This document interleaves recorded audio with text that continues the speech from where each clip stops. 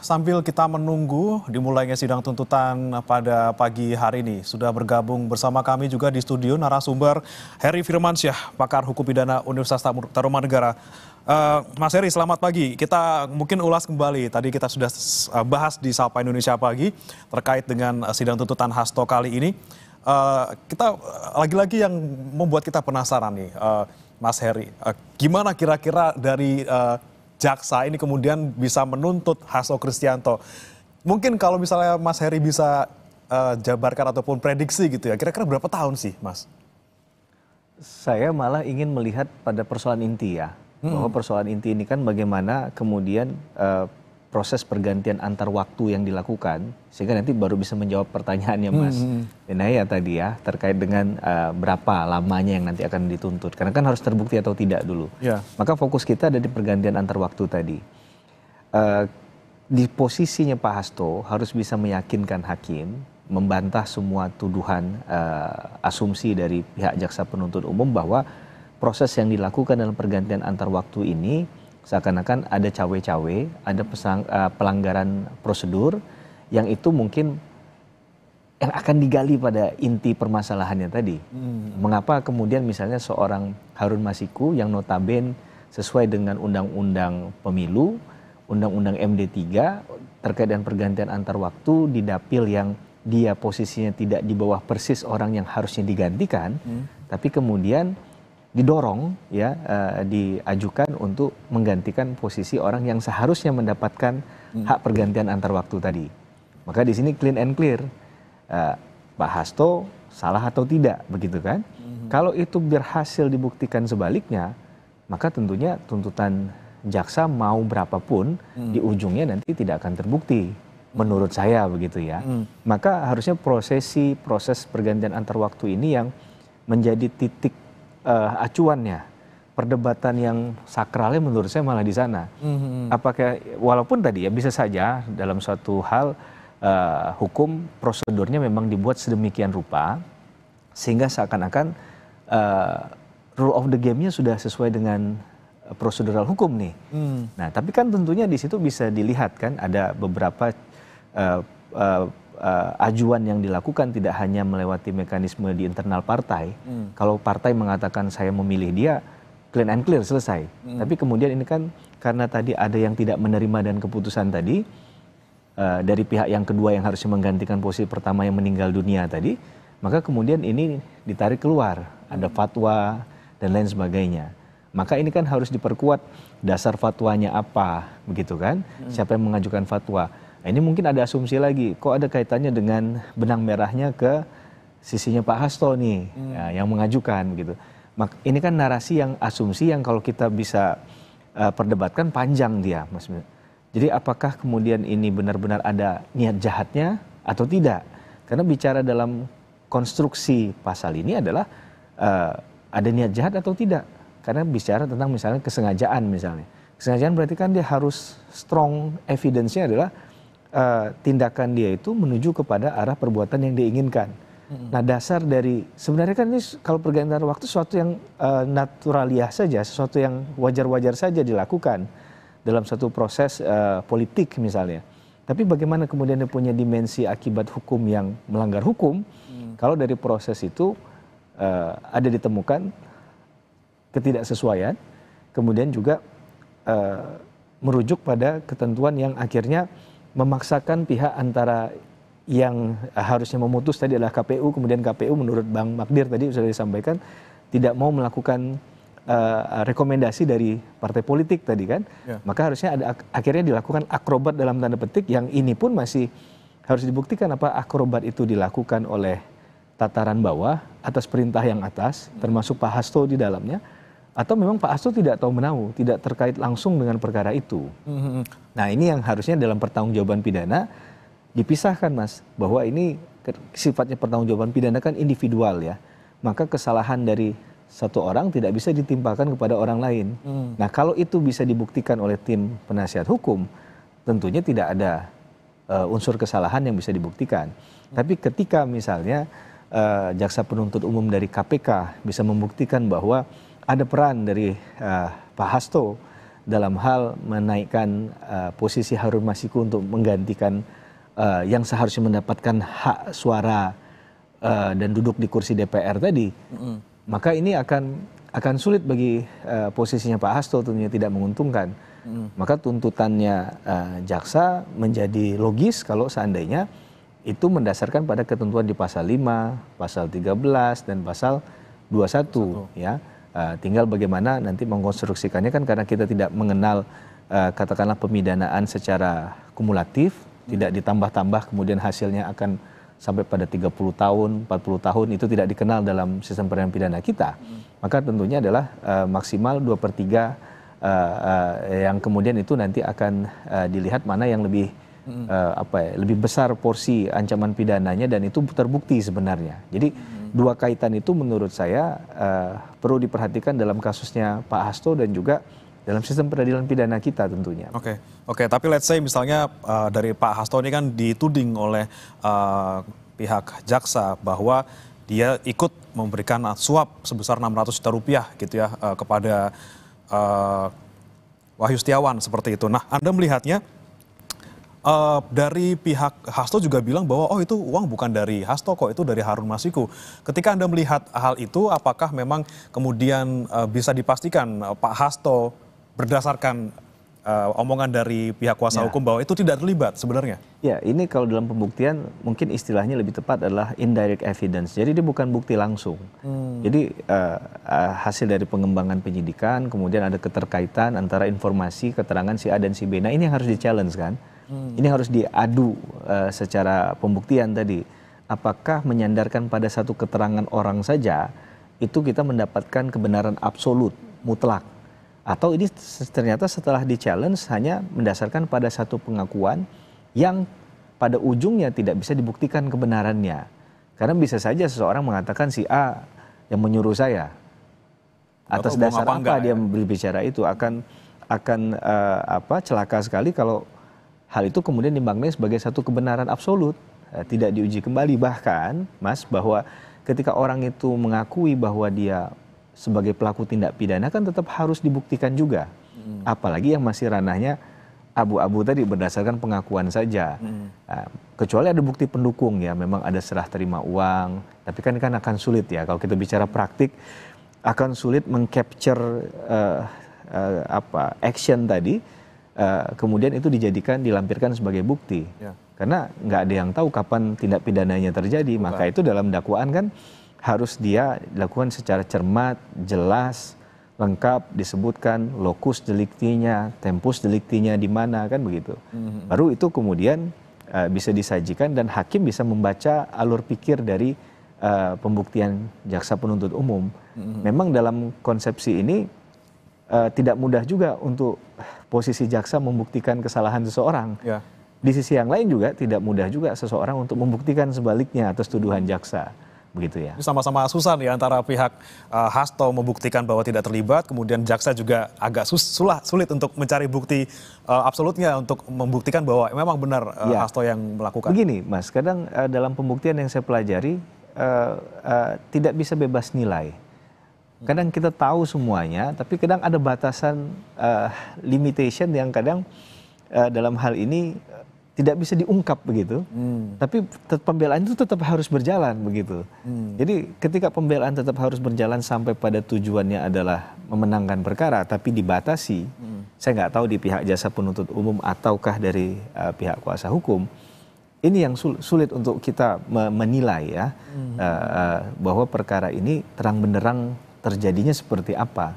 Maka fakta yang tercecer, fakta yang diselundupkan, itu nggak mungkin akan menimbulkan satu keadilan dalam satu putusan, cerminannya nggak akan ada di sana. Maka yang kita tuntut dalam setiap perkara yang diajukan termasuk kasus Pak Hasto ini adalah fakta hukumnya yang sebenarnya seperti apa sih. Ini kan masing-masing versi kan, versi jaksa penuntut umum KPK begini, versi dari tim kuasa hukumnya Pak Hasto berbeda. Kalau mereka sama nggak akan sampai sidang ini kan. Jadi persoalannya adalah karena masing-masing menggunakan kacamata yang berbeda, sudut pandang yang berbeda. Maka hakim yang netral akan menguji tadi bahwa versi dari jaksa penuntut umum bahwa ada keterkaitan Pak Hasto itu realnya seperti apa sih begitu kan? Adakah perbuatan yang dilakukan berdasarkan kewenangan jabatannya tadi, kemudian juga kaitannya dengan misal pasal penyuapan mempengaruhi nuansa kebatinan dari pejabat negara untuk melakukan atau tidak melakukan sesuatu yang kemudian bertentangan dengan kewajiban hukum yang harusnya dilakukan, maka menurut saya ini bisa baru dikonstruksikan pembuktiannya bahwa pemenuhan terhadap unsur pasal tadi itu menjadi clean and clear, ada atau tidak ada begitu. Ini challenge dari hakim sendiri untuk hari ini bisa, untuk nanti di kasus ini bisa memutuskan ya apakah yang bersangkutan bersalah atau tidak. Oke, baik, terima kasih rekan-rekan pers. Oke, belum ya? Oke. Baik, terima kasih rekan-rekan pers. Sejak awal ketika menggunakan rompi oranye ini, kebetulan nomornya 18, saya kenakan dengan keyakinan bahwa kebenaran akan menang. Satyam Eva Jayate.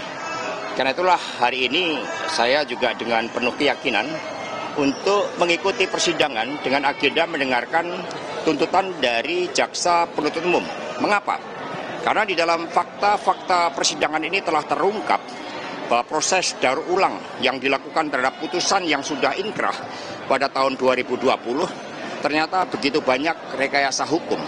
Tidak ada suatu fakta-fakta hukum yang mengarahkan kepada dakwaan dari JPU.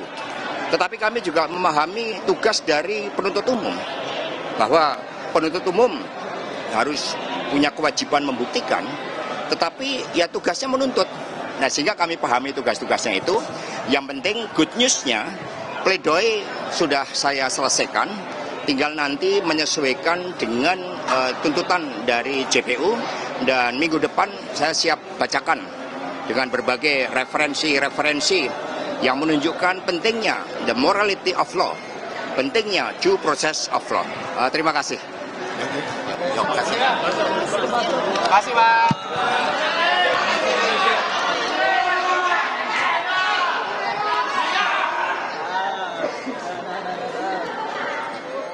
Ya, saudara, baru saja kita dengarkan pernyataan singkat dari Hasto Kristianto jelang sidang dimulai pada pukul 9:15 waktu Indonesia Barat ini, saudara, di mana Hasto Kristianto tetap meyakini bahwa perkara yang menjerat dirinya saat ini merupakan rekayasa, dan ia pun juga sudah menyiapkan ataupun menyusun pledoi setelah sidang tuntutan hari ini selesai. Saya kembali ke Mas Heri lagi. Mas Heri, ini kan sebenarnya ada keterbatasan tadi ya untuk bisa masing-masing pihak membuktikan apa yang menjadi keyakinan masing-masing pihak gitu ya. Kemudian challenge hakim ini bagaimana untuk melihatnya, apakah cukup dengan apa yang disampaikan masing-masing pihak, kemudian bisa melihat fakta yang sebenarnya terjadi, Mas? Iya, secara visual mata mungkin akan terbatas ya, tapi berdasarkan pengalaman, pengetahuan, pemahaman tentang ilmu psikologi, saya rasa hakimnya harus cermat ya, meneliti benar setiap narasi yang disampaikan itu ada faktanya, buktinya atau tidak. Karena begini, Mas, bahwa 1000 dalil, 1000 narasi itu akan kalah dengan satu fakta hukum. Fakta hukum yang tentunya ada buktinya. Nah, bukti ini yang kemudian mengalahkan narasi-narasi yang jumlahnya mungkin ribuan, ratusan ribu, bahkan jutaan kita sebut. Jadi fokusnya adalah ada tidak dalam hal yang disampaikan tadi itu adalah poinnya faktanya, fakta hukumnya. Nah, ini yang kemudian akan mengkerucut. Ya, yang pasti akan didengarkan dari masing-masing pihak. Menurut saya hakim akan menjalankan prinsip fair trial kalau dia mendengarkan kedua belah pihak. Audi et alteram partem, begitulah kira-kira dalam bahasa hukumnya kan. Asasnya mengatakan demikian. Dengan demikian hakim ketika mengambil keputusan sudah dengan bijaksana mempertimbangkan kedua tadi. Maka mereka diberikan hak hukum untuk menyampaikan poin-poin hukumnya tadi, pembelaannya ataupun penyangkalannya, ataupun poin untuk membuktikan kesalahan orang tadi itu dengan waktu yang sama, waktu yang cukup gitu ya. Tidak dibatasi jumlah saksi, ahli dan lain sebagainya. Tapi tentunya ada keterbatasan, misalnya dalam hal sistem peradilan pidana kita, biasanya satu perkara itu harus selesai dalam jangka waktu 6 bulan. Nah, ini kan bentuk dari tanggung jawab moral dan juga kepastian hukum dalam penanganan satu perkara. Oke. Ini yang menurut saya jadi poin penting untuk melihat kasus ini. Kalaupun ada kata politisasi dan lain sebagainya, kita tepikan dulu. Tapi mari kita berargumen hukum untuk melihat ada nggak fakta hukumnya yang muncul di sana. Kalau ada faktanya, buktinya apa begitu. Baru kita akan mengatakan ini posisi yang sebenarnya salah, ini posisi yang benar. Jadi yang benar jangan disalahkan, yang salah jangan dibenarkan. Sekali lagi fakta hukum jadi sangat penting di kasus ini untuk ya tadi membuktikan keduanya antara benar ada atau memang tidak ada. Baik, betul. Mas Heri, kita tahan dulu. Mas Heri, kita akan kembali usai jeda berikut, tetap bersama kami di Breaking News, saudara.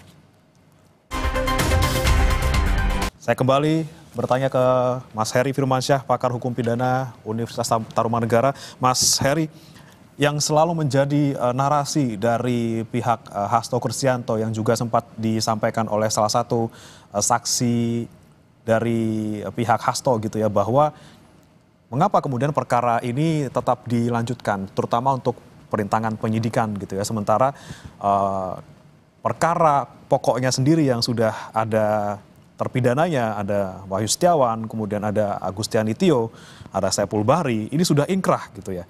Kemudian kenapa kemudian masih diperkarakan, ini penyidikannya kasusnya kemudian dirintangi, tapi ternyata kasusnya sudah inkrah.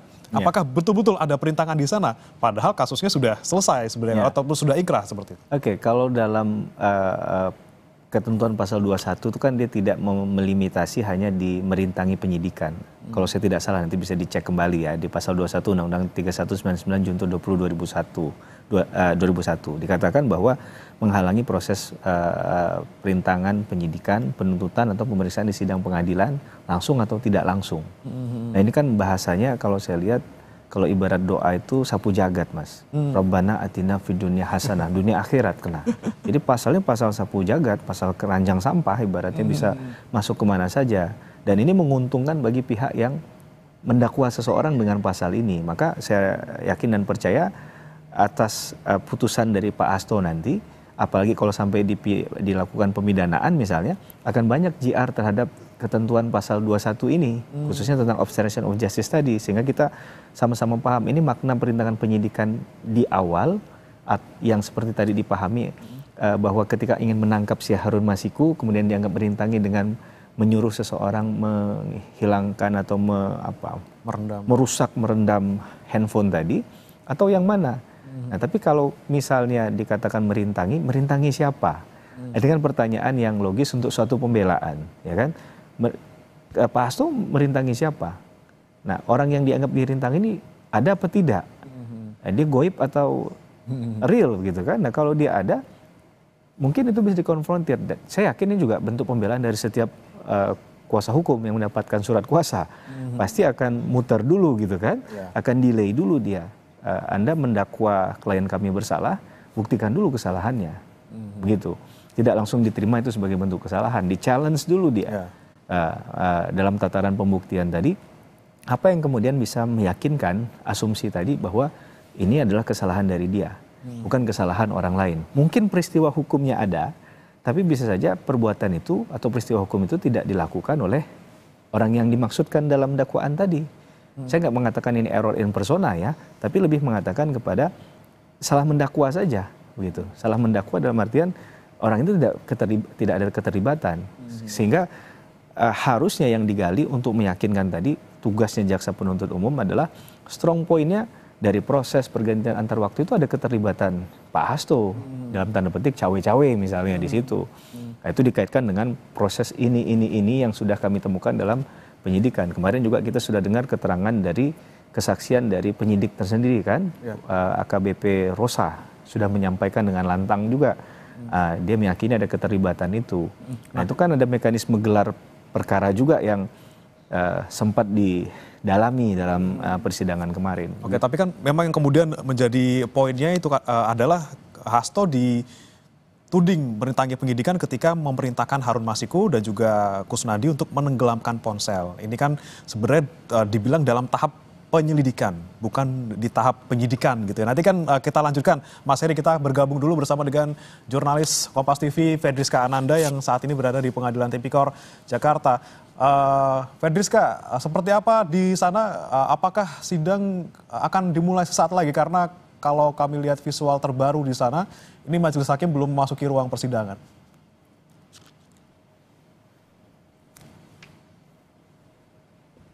Fedriska? Ya, Fedriska, bisa mendengar suara kami? Oke. Kami nanti akan kembali sapa Fedriska, saudara. Kita kembali ke Mas Heri lagi. Mas Heri, ini kan lagi-lagi nih yang menjadi poin dari kuasa hukum Hasto Kristianto adalah, loh ini kan meminta untuk merendam ponselnya ketika belum masuk penyidikan gitu ya, masih di tahap penyelidikan. Padahal di pasal 21 disebutnya di sini adalah perintangan penyidikan, bukan perintangan penyelidikan. Apakah kemudian menuding Hasto melakukan perintangan di tahap penyelidikan ini relevan untuk dibikin kasus seperti ini gitu, Mas? Ini memang tergantung dari positioning mana kita mengcapture ini ya. Tapi penjelasan ini juga akan berkaitan dengan pembahasan rancangan KUHP ke depan. Pertanyaan yang menarik adalah, masih pentingkah kita mempertahankan penyelidikan tadi sebelum penyidikan? Bagi pembelaan tentunya penting membahas batasan penyelidikan dan penyidikan. Sehingga kita tahu batas sucinya mana nih antara penyelidikan dan penyidikan. Kalau di dalam KUHP itu kan Undang-Undang 8 1981 jelas sekali bahwa penyidikan itu sudah jelas ada perbuatan pidananya. Tinggal bagaimana mengumpulkan bukti dan menemukan tersangka di ujungnya. Tapi kalau penyelidikan masih akan ditemukan nih peristiwa hukum ini ada perbuatan pidananya atau tidak. Baru ya, kelanjutannya tadi kan menemukan tersangka. Maka ditarik maju lagi, lebih maju lagi.